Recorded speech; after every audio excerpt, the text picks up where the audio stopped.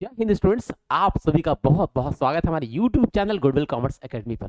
बहुत ही शानदार मैं टॉपिक लेकर आया हूँ, खासकर वैसे सारे स्टूडेंट के लिए जो क्लास 12th में है और 2026 में बोर्ड एग्जाम देने वाले हैं। एवरग्रीन टॉपिक है।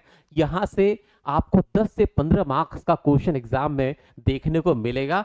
कंप्लीट कॉन्सेप्ट आपको बहुत कम समय में बताने वाला हूँ। यहाँ से क्वेश्चंस एग्जाम में आपको बिल्कुल देखने को मिलेगा। पूरा का पूरा चैप्टर बहुत ही कम समय में समझ में आ जाएगा। इस वीडियो को आप पूरा देखिएगा, अपने दोस्तों के साथ शेयर जरूर कीजिएगा। जैसा आपको दिख रहा है, Bihar board exam 2026 accounting for not for profit organisation 12th commerce, है ना। इसमें हम लोग बहुत कुछ सीखने वाले हैं कि नॉट फॉर प्रॉफिट ऑर्गेनाइजेशन क्या है, नॉट फॉर प्रॉफिट ऑर्गेनाइजेशन में अकाउंटिंग कैसे किया जाता है, रिसिप्ट एंड पेमेंट अकाउंट क्या और कैसे बनता है, इनकम एक्सपेंडिचर क्या है और कैसे बनता है, बैलेंस शीट कैसे बनाते हैं इसका, और जो डिफरेंट टर्म्स हैं, बेसिक फंडामेंटल्स, वो सब समझेंगे हम लोग। कैपिटल नेचर का और रेवेन्यू नेचर के आइटम्स को हम लोग समझने वाले हैं, जैसे revenue expenditure, revenue income, capital expenditure, capital income, ये फंड बेस्ड अकाउंटिंग के तमाम सारे टॉपिक्स हम लोग कवर करने वाले हैं। मजा आ जाएगा। तो लीजिए, एक बहुत शानदार वीडियो के साथ मैं आ गया हूं आप सभी के लिए। तो चलिए देखते हैं क्या क्या टॉपिक हम लोग पढ़ने वाले हैं स्टूडेंट्स। बहुत बहुत मजा आने वाला है। तो लीजिए, ये रहा आपका टॉपिक। क्या है भाई? टॉपिक है आपका accounting for not for profit organisation. आपको बढ़िया से दिख रहा होगा। हर एक जो टेक्स्ट काफी बड़ा, इसलिए कि मोबाइल में आपको आसानी से दिख पाए, तो इसलिए टेक्स्ट सारा बड़ा है, तो बिल्कुल घबराना नहीं है। तो ये accounting for NPO, not for profit organisation, ये आपका टॉपिक है। तो ये टॉपिक है क्लास 12 बाइलिंगुअल पैटर्न पे। आपको बिल्कुल आसान भाषा में आपको जानकारी दी जाने वाली है। लीजिए, पहला जो टॉपिक है क्या है? ये है नॉट फॉर प्रॉफिट ऑर्गेनाइजेशन क्या है। What is not for profit organisation? Not for profit organisation क्या है, ये मैं आपको बताने वाला हूं, हिंदी और अंग्रेजी दोनों ही भाषाओं में। तो चलिए हिंदी में क्या है समझते हैं। हिंदी में क्या है नॉट फॉर प्रॉफिट ऑर्गेनाइजेशन? चलिए, क्या है नॉट फॉर प्रॉफिट ऑर्गेनाइजेशन समझते हैं। हिंदी में क्या है? नॉट फॉर प्रॉफिट ऑर्गेनाइजेशन वे संस्थाएं मतलब नॉट फॉर प्रॉफिट ऑर्गेनाइजेशन ऐसी संस्थाएं होती हैं जिनका उद्देश्य लाभ कमाना नहीं होता, बल्कि समाज सेवा करना होता है। जिनका उद्देश्य लाभ कमाना नहीं होता, समाज सेवा। समाज बोला, समाज सेवा क्या है? बोला, समाज में कई सारे वर्ग हैं जो चुनौतियों का सामना कर रहे हैं। समाज के लोगों की, सभी लोग सुखी संपन्न समृद्ध नहीं होते, सभी के पास आय के स्रोत एक समान नहीं होते। कई सारे लोग हैं जो चुनौतियों का सामना कर रहे हैं, गरीबी का सामना कर रहे हैं ना। तो गरीब लोगों के साथ बहुत समस्या है। जो लोग गरीब होते हैं, अपने बच्चों को पढ़ा नहीं पाते, हाँ, अपना इलाज नहीं करा पाते, अपने परिवार का इलाज नहीं करा पाते, उनको रोजगार नहीं मिल पाता, उनको कहीं से लोन नहीं मिल पाता, इस तरह की समस्याओं का सामना करना पड़ता है। और समाज में और भी कई सारी समस्याएं हैं, प्राकृतिक आपदाएं हैं, हाँ, जहां पर जैसे कहीं बाढ़ है, सूखा है, कहीं बीमारी फैल जाता है, इस प्रकार की समस्याएं लगातार आती रहती हैं। तो इन समस्याओं में लोगों की सहायता करने वाले कई संगठन हैं। इस प्रकार की जितनी भी समस्याएं हैं समाज में, जितनी भी प्रकार की समस्याएं हैं, उन समस्याओं में आम लोगों, समाज के लोगों को मदद करने के लिए कुछ संगठन बनाए जाते हैं जो कि समाज सेवा करते हैं, लोगों की मदद करते हैं। कुछ शैक्षणिक तौर पर मदद करते हैं, मतलब गरीब बच्चों को फ्री पढ़ाने का काम करते हैं, गरीब लोगों का निःशुल्क इलाज करवाने का काम करते हैं। इस प्रकार का जो संगठन है वो गैर लाभकारी संगठन, नॉट फॉर प्रॉफिट ऑर्गेनाइजेशन कहलाता है। अब चलिए यही देखते हैं हम लोग इंग्लिश में क्या है। इंग्लिश में, English, not for profit organisations are those organisations which are, देखिए मैं आपको कर दूं जरा फिर से अच्छे से, कहीं कोई दिक्कत नहीं होगा। इंग्लिश में बताओ क्या है ना, not for profit organisations are those organisations which are formed to provide services to society and not to earn profit। मतलब नॉट फॉर प्रॉफिट ऑर्गेनाइजेशन ऐसा ऑर्गेनाइजेशन है जिसका मुख्य उद्देश्य लाभ कमाना नहीं है, समाज का सेवा करना है, सोसाइटी को सर्विस देना है। बोला सब आगे क्या है? उदाहरण की बात करें, यहां से एग्जाम में क्वेश्चंस देखने को मिलता है। उदाहरण क्या देखिए, उदाहरण एग्जाम्पल्स में क्या है? बोला, स्कूल जो है नॉट फॉर प्रॉफिट ऑर्गेनाइजेशन का एग्जाम्पल है। कॉलेज जो है, जिसको हिंदी में महाविद्यालय कहते हैं, ये भी आपके नॉट फॉर प्रॉफिट ऑर्गेनाइजेशन का क्या है? एग्जाम्पल है। आगे की बात करें स्टूडेंट्स, तो यहाँ आप देख पा रहे हैं हॉस्पिटल्स, ये भी not for profit organisation example है। क्लब्स, ये भी not for profit organisation examples हैं। मंदिर, मस्जिद, चर्च, जिसको टेम्पल, मस्जिद और चर्च कहते हैं, ये भी क्या है? नॉट फॉर प्रॉफिट ऑर्गेनाइजेशन है। ठीक है, आइए आगे की बात करें। अगला देखिए, अगला इंपॉर्टेंट बात क्या लिखा हुआ है कि फंडामेंटल बेसिक्स, मौलिक आधार, नॉट फॉर प्रॉफिट ऑर्गेनाइजेशन के फंडामेंटल बेसिक्स। इसका बेसिक्स क्या क्या है जो हमें समझना पड़ेगा? तो सबसे जो पहला है कैपिटल फंड, क्या है? कैपिटल फंड, जिसको हम लोग क्या कहते हैं? जनरल फंड भी, कैपिटल फंड अथवा जनरल फंड, ये क्या है? ये बोला कैपिटल फंड आपको डिटरमाइन करना पड़ सकता है। कैपिटल फंड ये होता क्या है? बोला किसी भी, जैसे आप लोगों ने पहले पढ़ा था, पहले पढ़ा होगा कि कोई भी बिजनेस, जैसे मैं यहाँ बताऊं, कोई बिजनेस आप जब चलाते हैं, कोई भी बिजनेस जब आप चलाते हैं, किसी भी बिजनेस को शुरू करने के लिए, चलाने के लिए, उस बिजनेस के मालिक के द्वारा पैसा इन्वेस्ट किया, मान लो यहाँ 5 लाख रुपए इन्वेस्ट किया, ये एक बिजनेस है, इसमें ये बिजनेस का मालिक है, इसने यहाँ पैसा इन्वेस्ट किया, कितना? 5 लाख रुपया। बोला ये जो इन्वेस्टमेंट है इसके लिए कौन सा अकाउंट खुलता है? इसको क्या कहते हैं? कैपिटल। क्या कहते हैं? कैपिटल। तो किसी भी बिजनेस में जो इन्वेस्टमेंट ओनर के द्वारा किया जाता है, जिसको हिंदी में पूंजी कहते हैं, कैपिटल, तो इसके लिए कैपिटल अकाउंट खुलता है। तो बोला ये तो बिजनेस कंसर्न था, ट्रेडिंग कंसर्न, मतलब व्यापारिक संगठन जहां मुख्य उद्देश्य लाभ कमाना था। उसी प्रकार से अगर कोई ऐसा संगठन जिसका मुख्य उद्देश्य लाभ कमाना नहीं है, समाज का सेवा करना है या अपने सदस्यों का सेवा करना है, वहां जो पैसा इन्वेस्ट होता है, वहां जो पैसा जो भी जहां से भी आता है, ठीक है, तो उसमें एक फंड, वहां कैपिटल के बदले क्या उसको कहते हैं? कैपिटल फंड कहते हैं। बिजनेस ऑर्गेनाइजेशन में कैपिटल कहलाता है और वही चीज यहाँ क्या कहलाता है? Capital fund. और कैपिटल फंड निकलेगा कैसे? तो बहुत अच्छा एग्जांपल मैं देना चाहता हूँ। अकाउंटिंग इक्वेशन में आप लोगों ने पढ़ा होगा कि एसेट्स के टोटल में से लाइबिलिटीज को माइनस करते हैं तो क्या निकलता है? कैपिटल। एसेट्स के टोटल में से लाइबिलिटीज को माइनस करते हैं, क्या निकलता है? कैपिटल।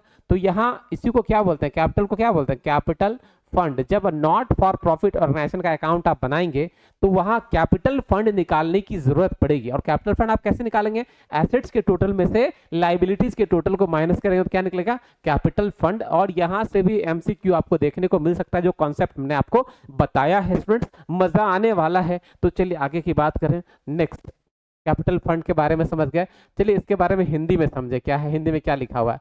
बोला भाई हिंदी में बोले तो नॉट फॉर प्रॉफिट संस्था की कुल संपत्ति और देनदारियों के अंतर को कैपिटल फंड कहता है। अभी तो बताया हमने क्या कि एसेट्स में से लाइबिलिटीज को घटाइए तो क्या कहलाएगा? Capital fund. यही तो भी हमने आपको समझाया है, कैपिटल फंड कहलाता है। ठीक है, नेक्स्ट बोला जनरल फंड, कैपिटल फंड या जनरल फंड कहते हैं, करेक्ट। मतलब क्या कि किसी नॉट फॉर प्रॉफिट ऑर्गेनाइजेशन के टोटल एसेट्स में से लाइबिलिटीज को माइनस करके जितना अमाउंट आता है उसको या तो कैपिटल फंड कहते हैं या उसको जनरल फंड कहते हैं।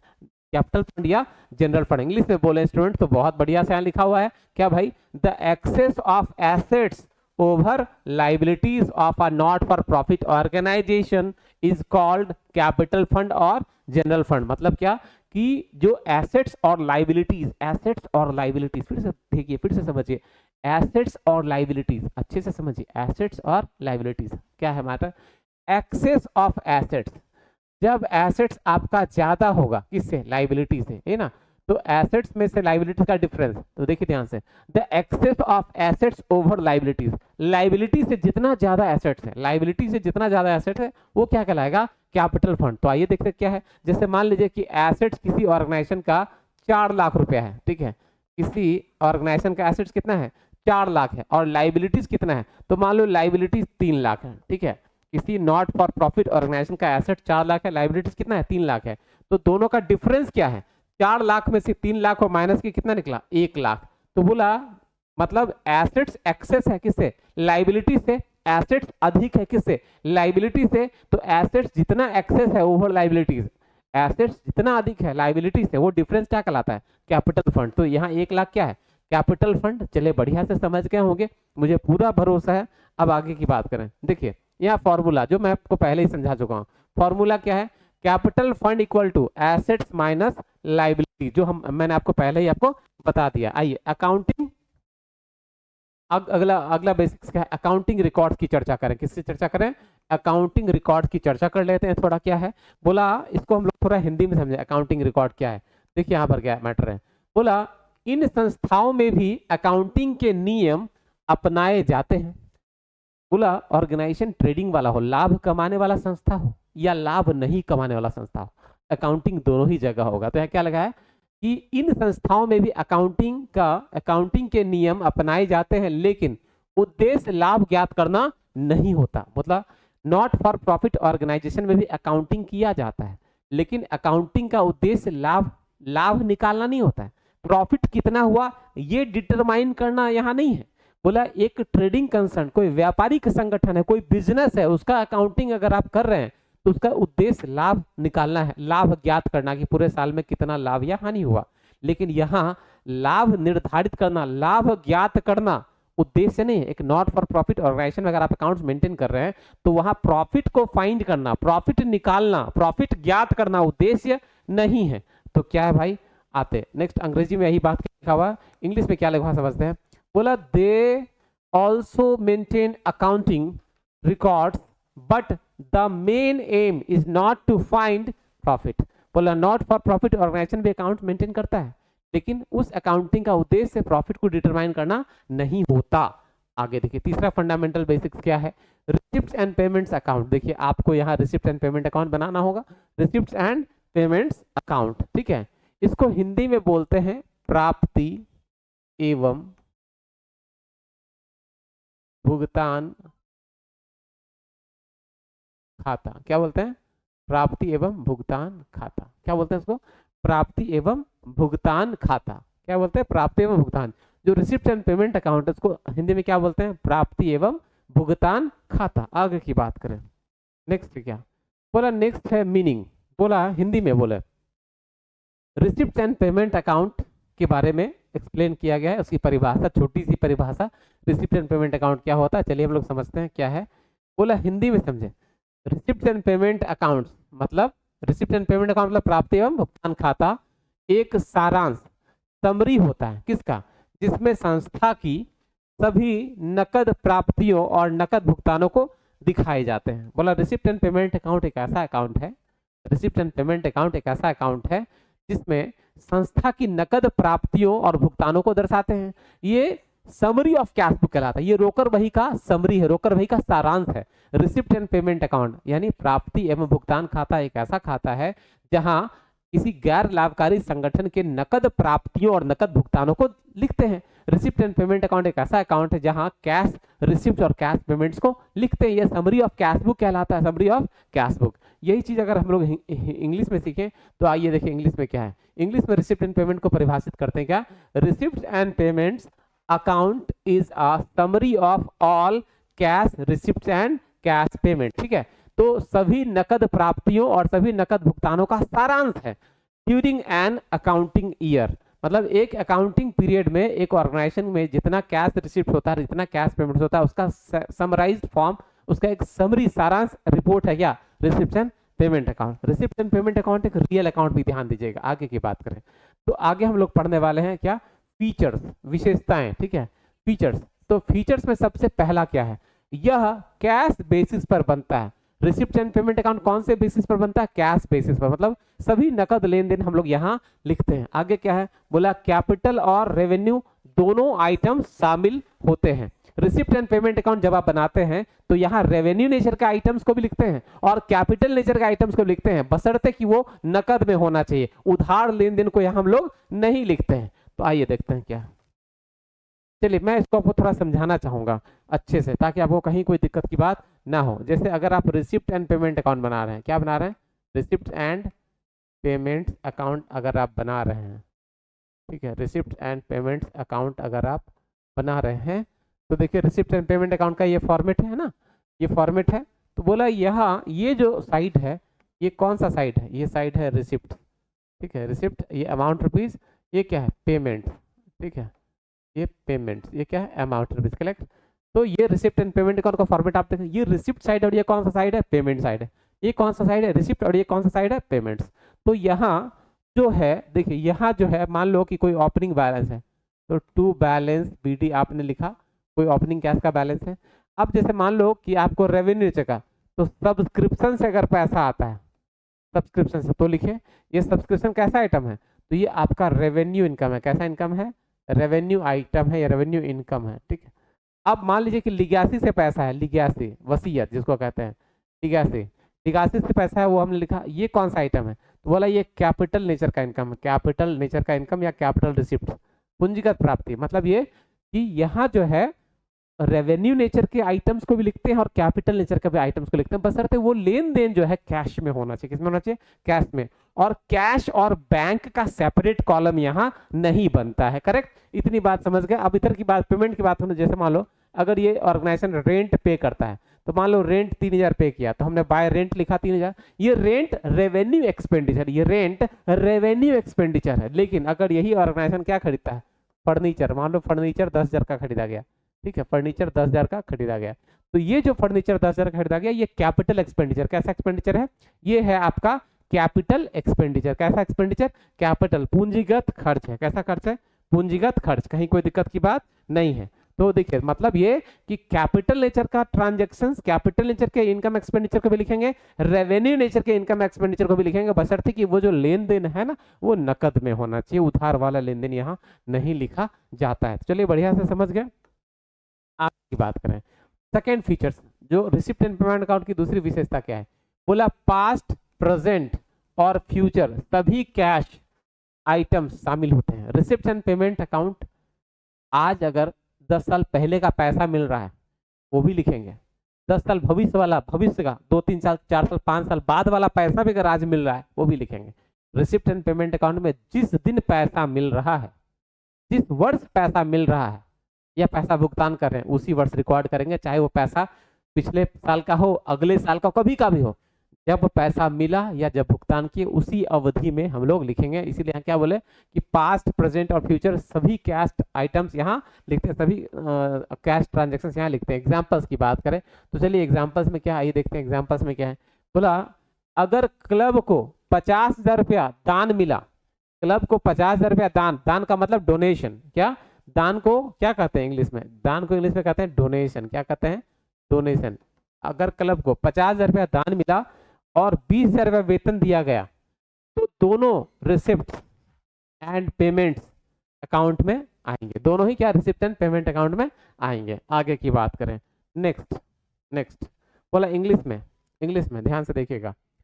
If a club receives donations of ₹50,000 and pays salary of ₹20,000, both will be shown in receipts and payments account. ठीक है, अगर मान लीजिए अभी मैंने बताया लिगासी रिसीव कर रहे हैं वो भी लिखेंगे, एंडोमेंट फंड रिसीव कर रहे हैं नकद में वो भी लिखेंगे, ठीक है, सब्सक्रिप्शन रिसीव कर रहे हैं रेवेन्यू आइटम वो भी लिखेंगे। लिगासी और एंडोमेंट फंड क्या था? कैपिटल नेचर का ट्रांजैक्शन था। सब्सक्रिप्शन क्या है? रेवेन्यू नेचर का ट्रांजैक्शन है। तो वही मैंने आपको पहले भी एक फॉर्मेट के थ्रू हमने बताया आपको। अब आइए क्या है नेक्स्ट जो आइटम है आपका, नेक्स्ट सीखना क्या बेसिक्स में, इनकम एंड एक्सपेंडिचर अकाउंट। जो मैंने बताया था कि हर एक चीज बहुत बढ़िया तरीके से आपको बताऊंगा, बहुत अच्छे से समझाऊंगा, बहुत ही प्यार से समझाऊंगा। तो आइए देखिए क्या है इनकम एंड एक्सपेंडिचर अकाउंट, इसकी चर्चा करते हैं। तो इसमें क्या है? इसमें है, देखिए इसका सबसे पहले हम लोग मीनिंग समझते हैं। इनकम एंड एक्सपेंडिचर अकाउंट को हिंदी में क्या कहते हैं? हिंदी में कहते हैं आय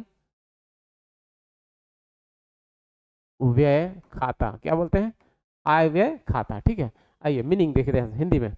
इनकम एंड एक्सपेंडिचर अकाउंट, फिर से देखिएगा, income and expenditure account profit and loss account की तरह होता है। हिंदी में income and expenditure account profit and loss account की तरह होता है, जो संस्था का सरप्लस या डेफिसिट बताता है। जो इनकम एंड एक्सपेंडिचर अकाउंट किसके जैसा होता है?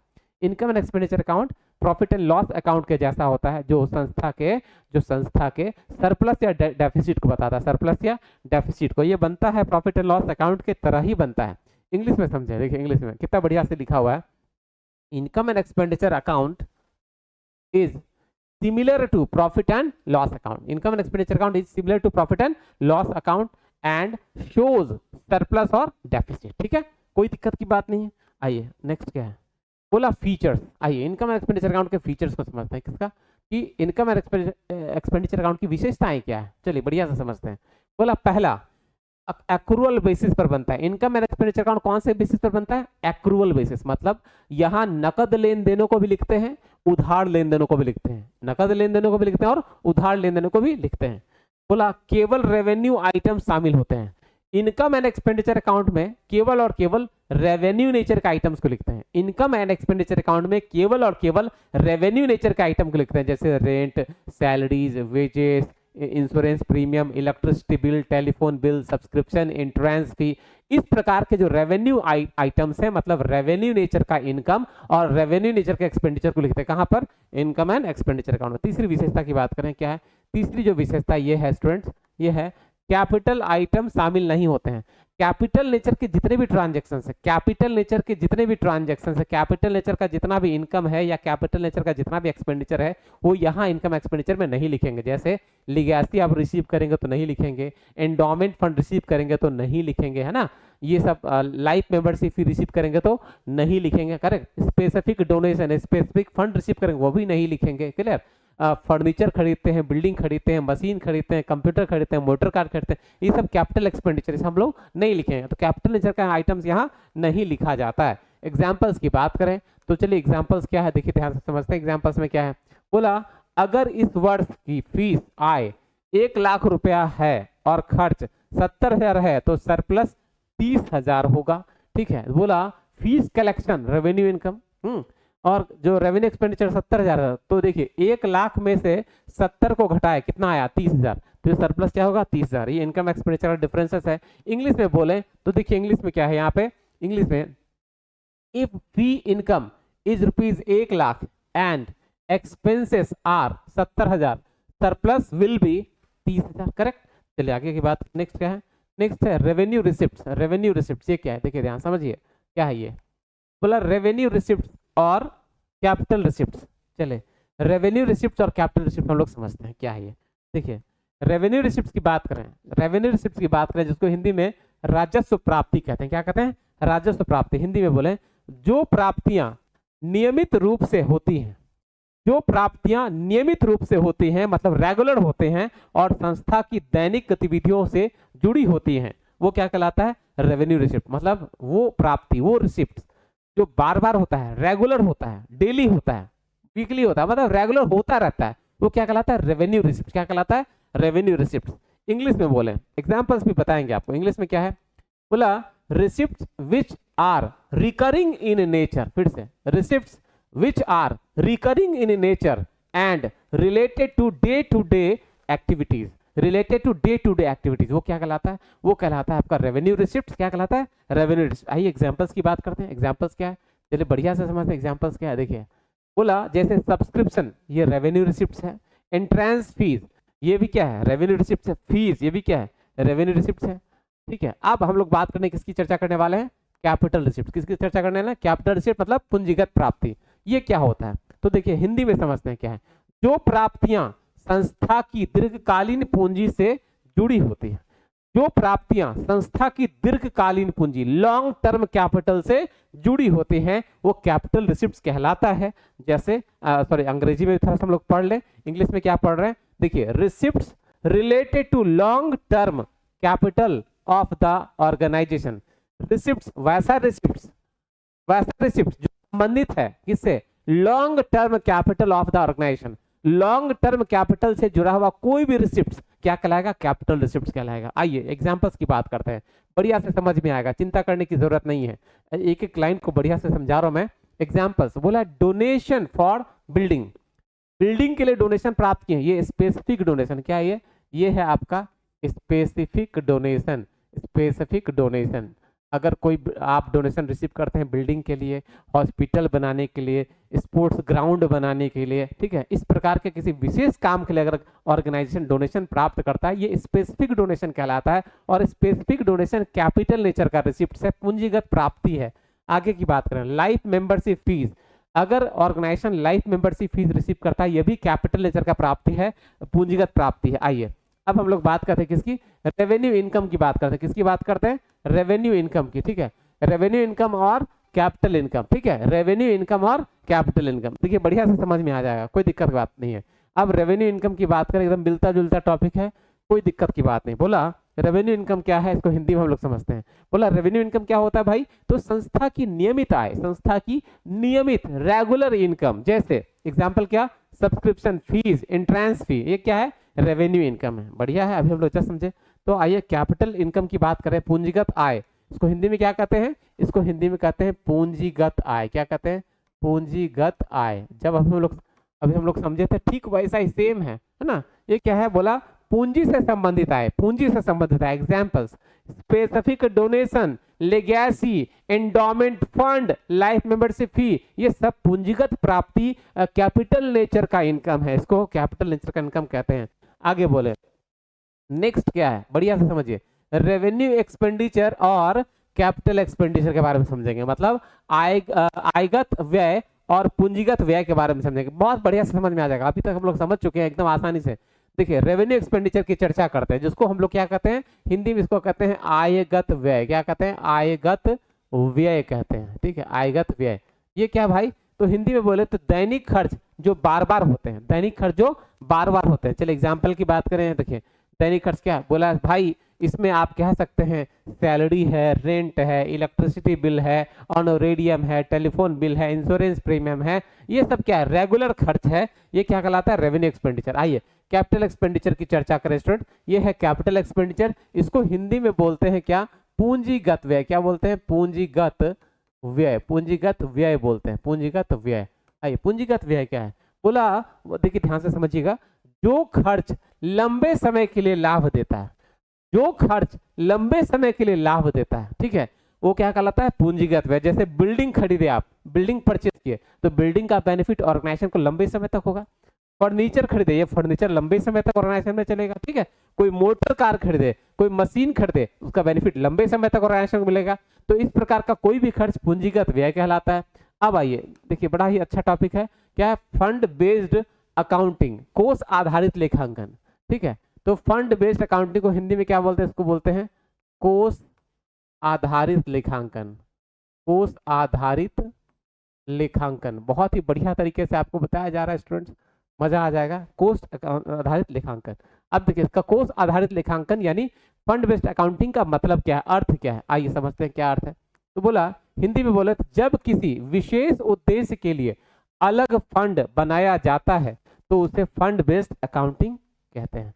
जब किसी विशेष उद्देश्य के लिए अलग फंड बनाया जाता है तो उसे फंड बेस्ड अकाउंटिंग कहते हैं। जैसे कोई बिल्डिंग बन रहा है, उसके लिए आपने कोई फंड जनरेट किया तो बिल्डिंग फंड।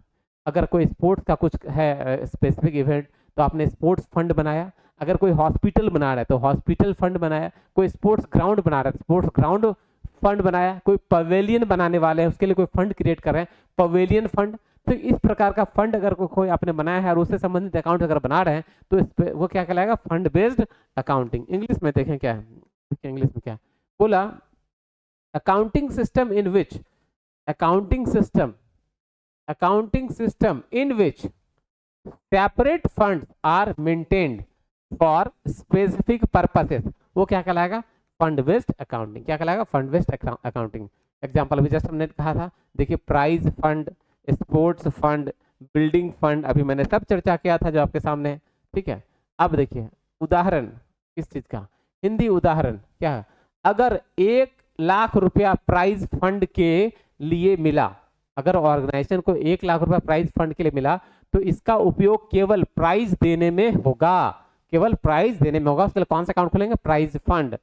इंग्लिश में बोले क्या है भाई? इंग्लिश में क्या है देखिए ध्यान से समझिए, इंग्लिश में क्या है ना, बोला if ₹1,00,000 is received for prize fund it will be used only for prizes, ठीक है, इसका यूज केवल और केवल प्राइज के लिए। आइए समरी, आप पूरे चैप्टर का सारांश हम लोग समझते हैं, ठीक है, समरी, ठीक है, क्या समझते हैं? सारांश। आइए क्या है देखिए बढ़िया से समझिए, पूरे चैप्टर को बढ़िया से समझिए। तो आपने पढ़ा था अभी थोड़ी देर पहले, क्या पढ़ा? Receipt and payments account. क्या है ये? कैश और समरी ऑफ कैश, रोकर वही का सारांश है, कैसे बनता है? कैश आधारित। नेक्स्ट क्या है? इनकम एंड एक्सपेंडिचर अकाउंट की बात करें, ये सरप्लस या डेफिसिट डिटरमाइन करता है, प्रॉफिट एंड लॉस अकाउंट की तरह ये बनता है, ये एक्रूअल बेसिस पर बनता है। नेक्स्ट क्या है? बोला कैपिटल फंड वाला, कैपिटल फंड कैसे डिटरमाइन करते हैं? एसेट्स में से लाइबिलिटीज को माइनस करते हैं तो क्या निकलता है? Capital fund. रेवेन्यू आइटम्स, बोला डेली एक्टिविटीज वाला, रेगुलर एक्टिविटीज वाला कोई भी खर्च और इनकम है वो रेवेन्यू आइटम होगा, ठीक है, जैसे रेंट, सैलरीज वगैरह। बोला यहाँ देखिए कैपिटल आइटम्स, पूंजीगत मद वाले आइटम्स कौन गए? जैसे लॉन्ग टर्म बेनिफिट वाला, ठीक है, जैसे बिल्डिंग, मशीन, कंप्यूटर का खरीदा जाना है, कैपिटल एक्सपेंडिचर है। Legacy, endowment fund, life membership फी, इस प्रकार का कोई लंबी अवधि का कैपिटल अगर आप रिसीव करते हैं तो ये कैपिटल नेचर का प्राप्ति है, कैपिटल नेचर का पूंजीगत प्राप्ति कहलाता है, ठीक है। आगे की बात करें तो क्या ये prepared for Bihar board class 12 commerce by goodwill commerce academy. ये पूरा का पूरा जो वीडियो मैंने आपको बनाया है स्टूडेंट्स, आपके लिए बहुत ही बेनिफिशियल है।